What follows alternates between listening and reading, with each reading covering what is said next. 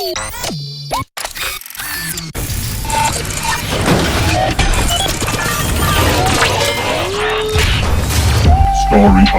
rumblings.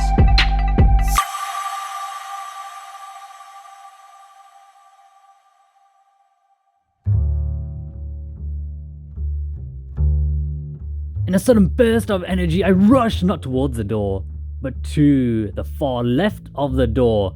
Swordfish spins around and watches me running towards the far left. I slam into the wall. Ugh!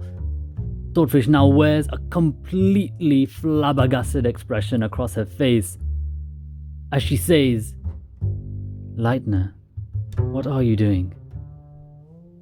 "Nothing, just stretching my legs." Been in this room, thought I might as well get some exercise. I sprint to the other side of the room. "Don't hurt yourself exercising, Lightner." Saying this, Swordfish exits the room and closes the door. And I begin to plot my escape, which mostly consists of sitting in a cross-legged position and focusing my mind. Because there is a reason I didn't run for the door. Likely if I tried to make an escape through the door, I would be, in Swordfish's words, bested by her and the unknown assailant. So instead, I rushed to the far left of the door and got a good look outside. And it was better than I could have hoped for, because I saw my back case there also. Can I get a hallelujah? Yes, you can. Hallelujah! I sit in meditation posture for a few hours. I visualize the corridor in my mind where the unknown assailant will be standing, the door, the T-junction at the end of the corridor, my back case lying against the wall. In this visualization, I insert my current position inside the room, sat in the very center, cross-legged on the floor. And then I light up. When I open my eyes, I am at one of the corners of the T-junction at the end of the corridor. I look around the corner to see the unknown assailant distracted. I slip around the corner, pick up my back case, and slip back around the same corner. And as easy as that, my escape is complete. And let me tell you, that wasn't as easy as it seemed.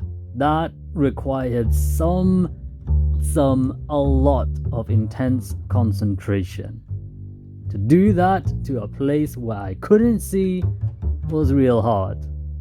More on that later. Right now I need to put some distance between me and my prison and jailer. Although unknown assailant, I'm not sure if they class as my jailer so much as Swordfish was the jailer. They're just the prison guard. Speaking of which, after about an hour of walking about, trying to catch my bearings and figure out where I am and how to get out of here back to Yuma's estate proper, my ears are assailed by the sounds of battle coming from a nearby corridor. I know I shouldn't, I probably shouldn't, but I go and investigate. I creep slowly forward, keeping my wits about me and my ears and eyes pricked for movement or sound. I finally make it to the end of the corridor from which I can hear the sounds of battle coming from. I peer round the corner and that's definitely a battle going on. Multiple battles actually. There seems to be a chain of battles going on down the length of the corridor, and at the far end I see my ex-jailer, Swordfish, embroiled with a battle with two assailants. now maybe they'll appreciate what it feels like to be 2 against 1. And then they can appreciate how it feels to be 3 against 1. Ooh, I don't know. What is the best thing to do here? Earlier, I did ponder that it is good to take some time to consider what the best approach is to a situation. However, this doesn't seem like a situation that offers up much opportunity to take time to consider all aspects. Feels like something that I have to act in the moment, make a decision now. I believe it's called a time-sensitive situation. Okay, I don't want to get too embroiled in whatever these people are fighting about. That's not really my issue because I don't know what they're fighting about. So what I'm going to do, I'm going to grab this fire extinguisher and then I'm going to light up again. I appear to the closest of the 3 battles taking place along this corridor, which is an intense one-on-one battle between unknown assailant number 1, who I do believe was one of the ones in the room earlier that I have met, and who attacked me, which puts me in a little bit of a dilemma, as the other unknown assailant I don't believe I've ever met, and they have not attacked me or locked me up in a room or dragged me across Yuma's estate. Before either of them notice that I'm there, I spray the unknown assailant with the fire extinguisher. They stagger backwards covered in foam, and I announce, "Foam party!" Then I light up again.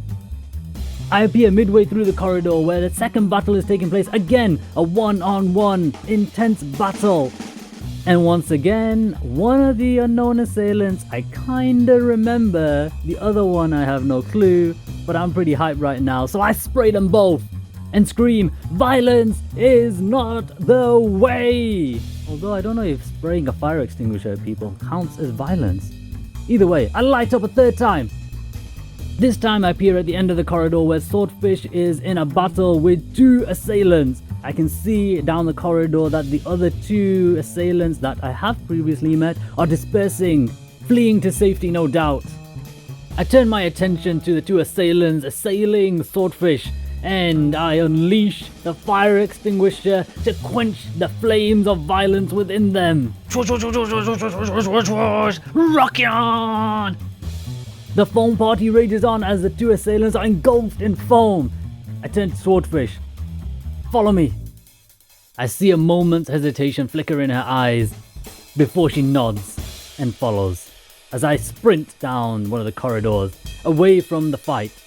We run for about 15 minutes down random corridors trying to take random turns so that we cannot be followed.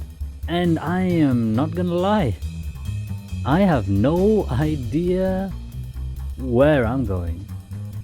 Luckily, Swordfish probably does, as she grabs hold of my arm and pulls me into a secluded corner of wherever we are, and we stop running, take a moment to catch our breath, and then once more, I'm staring into pink eyes.